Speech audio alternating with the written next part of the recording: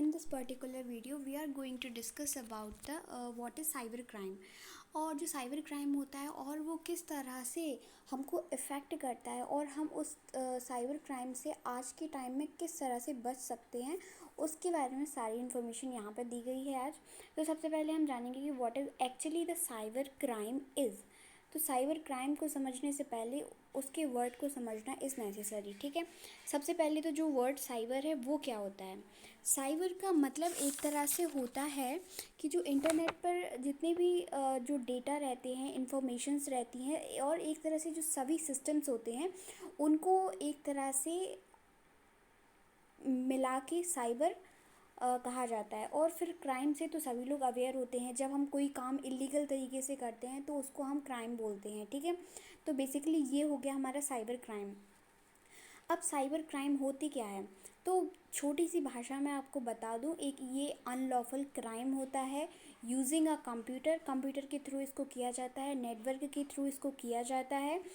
और इसका जो काम होता है, सबसे बड़ा साइबर क्राइम क्यों होते हैं, आज के टाइम पे सबको पैसे की नीड होती है, सभी लोग इससे अवेयर हैं, चाहे फिर वो हमारी नेशनल लेवल पे हो या फिर वो ग्लोबल लेवल पे हो, सबको पैसे की नीड होती है।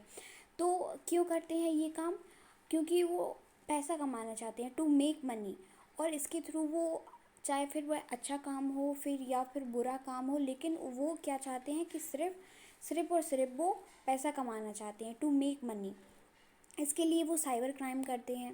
ठीक है, अब अब इसके बाद में जो साइबर क्राइम होता है वो एक इंडिविजुअल और ऑर्गेनाइजेशन के थ्रू किया जा सकता है, या फिर इंडिविजुअल के थ्रू या फिर ऑर्गेनाइजेशन। अब इंडिविजुअल और ऑर्गेनाइजेशन में इसमें क्या संबंध है, तो जो इंडिविजुअल होता है, इंडिविजुअल का मतलब कोई भी घर पर बैठे बैठे जिसको थोड़ी बहुत टेक्नोलॉजी की नॉलेज होती है वो ये क्राइम कर सकता है। फिर ठीक है, ऑर्गेनाइजेशन के थ्रू कैसे कर सकते हैं, ऑर्गेनाइजेशन के थ्रू इस तरह से कर सकते हैं कि कुछ मेंबर्स रहते हैं जो कि बहुत ही ज़्यादा टेक्निकली एक तरह से स्किल्ड रहते हैं वो लोग, और उसके थ्रू ये जो है अपना काम करते हैं। जैसे हाईली जो एडवांस टेक्निकली लोग रहते हैं, फिर हाईली स्किल्ड लोग रहते हैं, फिर वो लोग क्या करते हैं, ये इन सारी चीज़ों में अपना हाथ लगाते हैं। फिर अब हम जानेंगे कि जो साइबर क्राइम होता है उसके टाइप्स क्या होते हैं। ठीक है, जो साइबर क्राइम होते हैं उसके डिफरेंट टाइप्स होते हैं। सबसे पहले तो कुछ मेन जो टाइप्स होते हैं, जैसे हमारा हो गया ईमेल एंड इंटरनेट, जैसे हमारा हो गया ईमेल एंड इंटरनेट फ्रॉड। ठीक है, इसके बाद में हमारा आइडेंटिटी फ्रॉड हो गया।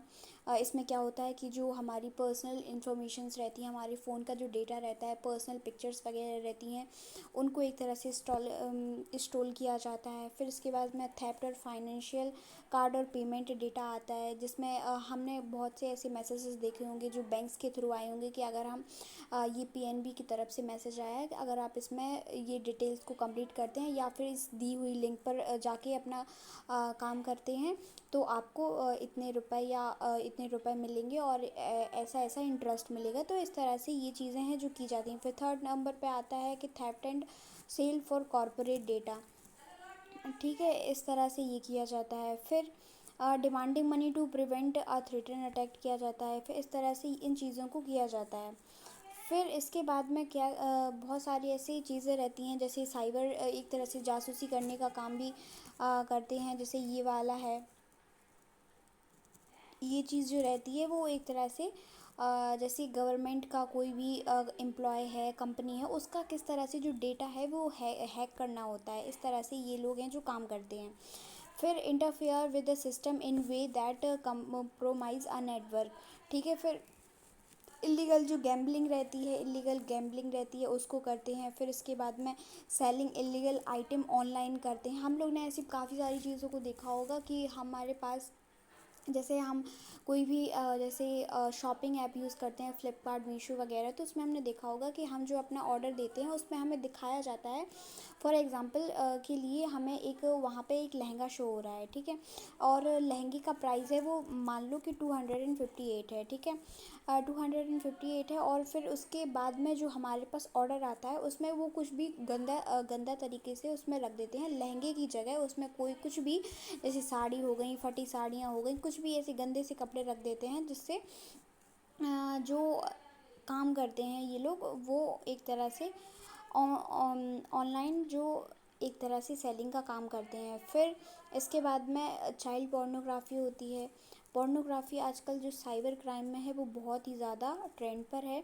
इसमें क्या होता है कि हमारे जो पर्सनल डेटा रहते हैं उनको चुरा लिया जाता है, और फिर इसके बाद में उसी बंदे को मैसेज करके उसको एक तरह से बहुत ही ज़्यादा उसको परेशान किया जाता है कि अगर तुम हमें इतने पैसे नहीं दोगे तो हम तुम्हारे जो ये वीडियोज़ हैं वो वायरल कर देंगे, तुम्हारी फैमिली में वायरल कर देंगे। तो इस तरह के केसेस आजकल बहुत देखने को मिलते हैं, जिसके थ्रू जो लोग हैं सुसाइड भी कर लेते हैं, क्योंकि वो बेसिकली जो हमारे लॉज हैं उनके बारे में अवेयर नहीं होते हैं। लेकिन कुछ ऐसी चीज़ें होती हैं जिनके बारे में अवेयर होने के बाद भी बहुत ही ज़्यादा स्ट्रेस में हो जाते हैं हम लोग और ऐसा कदम उठा लेते हैं। फिर ठीक है, अब मोस्ट ऑफ द थिंग कि जो एग्ज़ाम्पल ऑफ साइबर क्राइम्स होता है, ठीक है, साइबर क्राइम के जो एग्ज़ाम्पल होते हैं उसको हम समझेंगे। ठीक है, सबसे पहले तो मेलवेयर अटैक। ठीक है, this is very important. Malware attack क्या होता है? तो सबसे पहले तो वर्ड मेलवेयर क्या होता है? मेलवेयर क्या होता है कि सॉफ्टवेयर एक तरह का रहता है, और जो कि एक हमारा जो कंप्यूटर रहता है उसमें इंस्टॉल रहता है, और ये क्या काम करता है, जो भी एक तरह से इन्फेक्ट करता है। ठीक है, infect computer, infect with the computer, यानी इन्फेक्ट का मतलब होता है अफेक्टेड विद वायरस, यानी कि जो कंप्यूटर रहता है उसमें कई तरह के हम देखते हैं कि कभी कभी वायरस आ जाते हैं और हमें अपना जो सारा डेटा है वो इरेज करना पड़ जाता है। ठीक है, तो मेलवेयर एक तरह का सॉफ्टवेयर रहता है। सॉफ्टवेयर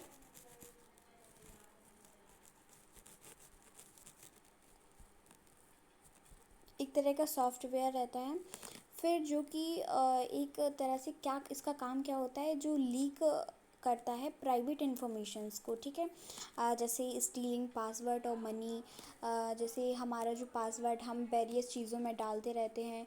ठीक है, तो उसको एक तरह से हैक करना, और जब जैसे किसी का जैसे हमारा बैंक अकाउंट है उसका अगर हमें पासवर्ड पता चल गया तो हम क्यों रुकेंगे किसी के लिए, हम तो पैसे चुराएंगे ही ना। तो इसी तरह से ये चीज़ हो जाती है। ठीक है, फिर इसके बाद में जो केस है वो एक जो मेलवेयर अटैक है उसका बहुत ही ज़्यादा इंटरेस्टिंग केस है, जो आया था 2017 में।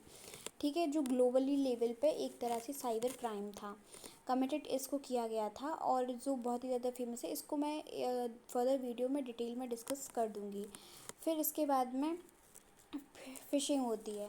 फ़िशिंग क्या होती है? इसमें जो ईमेल रहते हैं, ईमेल स्पैम होता है इसमें, जो हमारे ईमेल्स के थ्रू इन्फॉर्मेशन होती हैं, मैसेजेस होते हैं, उनमें एक तरह से स्कैम किया जाता है। हमारे जो डेटा रहते हैं उनको स्टोर कर दिया जाता है, लीक कर दिया जाता है, हमारी जो पर्सनल इन्फॉर्मेशन रहती हैं उनको एक तरह से लीक कर दिया जाता है। ठीक है, फिर इसके बाद में क्या होता है कि इसका भी एक फेमस एग्जांपल हमें देखने को मिलता है 2018 में। ठीक है, according to the report 2018 fraud world cup, the world cup phishing scam involve email the that were the send to football fans. ठीक है, तो इस इन सारी चीज़ों से ये चीज़ होती है। फिर इसके बाद बहुत सारी ऐसी चीज़ें हैं जो हम बाद में डिस्कस करेंगे। अब हम देखेंगे कि जो साइबर क्राइम है उसके इम्पैक्ट क्या होते हैं। ठीक है, तो उसके इम्पैक्ट क्या होते हैं कि ये ऑन द राइज़ है, ये बहुत ही ज़्यादा जो इस टाइम पे बढ़ रहा है। अगर हम रिपोर्ट की बात करते हैं तो 2021 में एक रिपोर्ट आई थी जिसमें बताया गया था कि जो साइबर क्राइम के केसेस हैं वो पर ईयर 31% हैं, जो 2020 से 2021 में बढ़ते जा रहे हैं। ठीक है, और इसकी जो कंपनीज़ हैं वो बढ़ती जा रही हैं एक तरह से, और 206 से 270 इसकी जो कंपनी हो चुकी हैं। ठीक है, फिर इसके बाद में वो कैसा भी अटैक हो बहुत ही ज़्यादा तेज़ी से बढ़ता जा रहा है। अब जो मेन बात आती है वो ये है कि how to report a cyber crime. देखो, अलग अलग जगह पे जो साइबर क्राइम की रिपोर्ट करने का सिस्टम होता है वो अलग अलग होता है। ठीक है, फॉर एग्ज़ाम्पल जैसे हम यूएस की बात करते हैं तो वहाँ पे क्या होता है कि आप file with a internet crime complaint centre IC3 as possible as soon as possible visit the, ये उनकी गवर्नमेंट इंफॉर्मेशन की एक तरह से वेबसाइट का काम करती है। ठीक है, फिर इसके बाद में जो reporting a cyber crime in UK में किस तरह से होता है, contact action fraud as soon as possible, find out more their website here. ठीक है। फिर उनकी जो वेबसाइट है वो अगर आप सर्च करेंगे गूगल पे तो आपको मिल जाएंगी बहुत अच्छे से। फिर रिपोर्टिंग अ साइबर क्राइम इन EU, ठीक है, यूरोपियन जो कंट्रीज़ होती हैं उनमें किस तरह से की जाती है। फिर रिपोर्टिंग अ साइबर क्राइम इन UAE।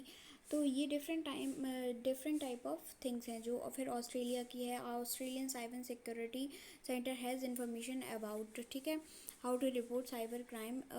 तो ये इस तरह से चीज़ें हैं जो होती रहती हैं, ठीक है। अब सबसे जो मेन मुद्दा है वो है how to protect yourself against cyber crime. तो सबसे पहले तो इसमें कुछ ऐसे टिप्स एंड ट्रिक्स बताए गए हैं जिसमें कि सबसे पहले बताया गया है कि keep software operating and system updated, ठीक है। हमें अपने जो जितने भी ऑपरेटिंग सिस्टम रहते हैं उनको सबको हमें अपडेट करके रखना पड़ेगा। फिर इसके बाद में जो use antivirus software and keep it updated, because क्योंकि जो जब वायरस आते हैं, जो कि हमने अभी पढ़ा था मेलवेयर जो रहता है अटैक, उसमें क्या होता है कि कंप्यूटर में एक तरह से वायरस हैं जो वो एंटर कर जाते हैं, ठीक है। तो इसको प्रिटेंड करने के लिए हमें एंटीवायरस सॉफ्टवेयर को रखना पड़ेगा, ठीक है। फिर इसके बाद में यूजिंग एंटीवायरस, फिर यूज़ स्ट्रॉन्ग पासवर्ड। हम लोग बेसिकली अपने उसके लिए ऐसे ही मतलब सिंपल सा पासवर्ड डाल देते हैं, 0 0। बहुत लोगों को, मैंने अंकल लोगों का देखा है कि 0 0 0 रहता है। तो हमें मतलब एक तरह से ऐसा स्ट्रॉन्ग पासवर्ड, फ़ोन का password is also very important जितना कि अदर चीज़ में इम्पॉर्टेंट है, क्योंकि अगर हम जब फ़ोन ही नहीं खोल पाएंगे तो हम अंदर की चीज़ों को जानेंगे कैसे। तो हमें ये जानना भी बहुत ज़रूरी है कि हम एक स्ट्रॉन्ग जो पासवर्ड है उसको बनाएं, ठीक है। Never open attachment in scam email, this is the very important thing, you have to work on this, ठीक है। ये बहुत ही ज़्यादा इम्पोर्टेंट है। किसी भी तरह का आपको ईमेल आता है, कुछ भी आता है, ऐसे मैसेज आते हैं तो उस लिंक पे बिल्कुल मत जाएं, क्योंकि आपके साथ स्कैम हो सकता है, ठीक है। फिर इसके बाद में do not click on links in emails under trusted website, यानी कि जो अंडर ट्रस्टेड वेबसाइट है उन पे किसी भी तरीके से आप, यानी अगर जैसे अब बहुत ऐसे लोग जो रहते हैं वो क्या करते हैं, सबसे पहले मैंने खुद ये किया है कि मैंने पार्ट टाइम जॉब के लिए चीज़ों को खोलना स्टार्ट किया जिसमें मैंने जो ट्रस्टेबल नहीं थी उन वेबसाइट पे जाके काम किया, और उससे क्या होता है, मैंने पैसे जमा करे और फिर उसके बाद मैं पैसे, वो ना पैसे आए ना ही दूसरी चीज़ें हैं वो हुई। तो हमें इस पे बहुत ही ज़्यादा ध्यान देना है कि हम किसी भी तरह से जो अनट्रस्टेबल वेबसाइट्स हैं उन पे किसी भी तरह से फोकस ना करें, दिस इज़ वेरी इंपॉर्टेंट। फिर do not give out personal information unless secure, जब तक आपको ये मैसेज ना आए कि आपकी जो इन्फॉर्मेशन है वो एक तरह से टोटली सिक्योर्ड है, तब तक आप अपनी इन्फॉर्मेशन को बिल्कुल किसी के साथ शेयर ना करें। जो आपके फ़ोन पे वन टाइम पासवर्ड आता है उसको किसी के साथ शेयर ना करें। तो फिर contact companies directly about the, तो ये देखो सबसे पहले जो जैसे कोई भी हम किसी चीज़ में काम करते हैं, जैसे हम फॉर एग्ज़ाम्पल किसी हमने पार्ट टाइम जॉब के लिए अप्लाई किया और उसमें जैसे हम जब विज़िट करते हैं उसको, तो एक बार उसको हम गूगल पे सर्च करके देखना चाहिए हमें कि ये जो कंपनी है वो कितनी ट्रस्टेबल है, ठीक है। इसके बाद में अगर उसका हेल्पलाइन, और सबसे पहले तो ये बात इंपॉर्टेंट हो जाती है कि कोई चीज़ का ट्रस्टेबल है या नहीं, उसको हम कैसे पता करें, ठीक है। कोई भी जो ट्रस्टेबल कंपनीज रहती हैं वो अपनी साइट पे एक जो हेल्प का ऑप्शन रहता है उसको छोड़ती हैं, ठीक है। नीचे लिखा रहता है हेल्प या फिर हेल्पलाइन नंबर, अगर हमें मतलब कोई भी जॉब करने में प्रॉब्लम हो रही है तो ये एक तरह से हेल्पलाइन नंबर का काम करता है। तो वो सारी चीज़ें हैं जो दी रहती हैं। तो अगर वो चीज़ नहीं आपको शो हो रही है तो ये जो चीज़ है बिल्कुल ट्रस्टेबल नहीं है। और फिर आजकल ऐसे ऑनलाइन चीज़ें चल गई हैं, आप कहीं पर भी जाके सर्च कर सकते हैं कि कौन कितना ट्रस्टेबल है या कौन नहीं है, ठीक है। फिर be mindful of which website URL you visit, ठीक है। सबसे पहले तो हमें सतर्कता बरतनी है, किसी भी ऐसी चीज़ पे हमें नहीं एक तरह से करना है। फिर keep an eyes in your bank statement, ठीक है। बैंक स्टेटमेंट पे अपनी आंखों को बिल्कुल गड़ाए रखना है। इसको spotting that you have become a victim of cyber crime quickly is important, keep an I on your bank statement and queries and everything unfamiliar transaction with the bank and the bank can investigate whether they are, ठीक है।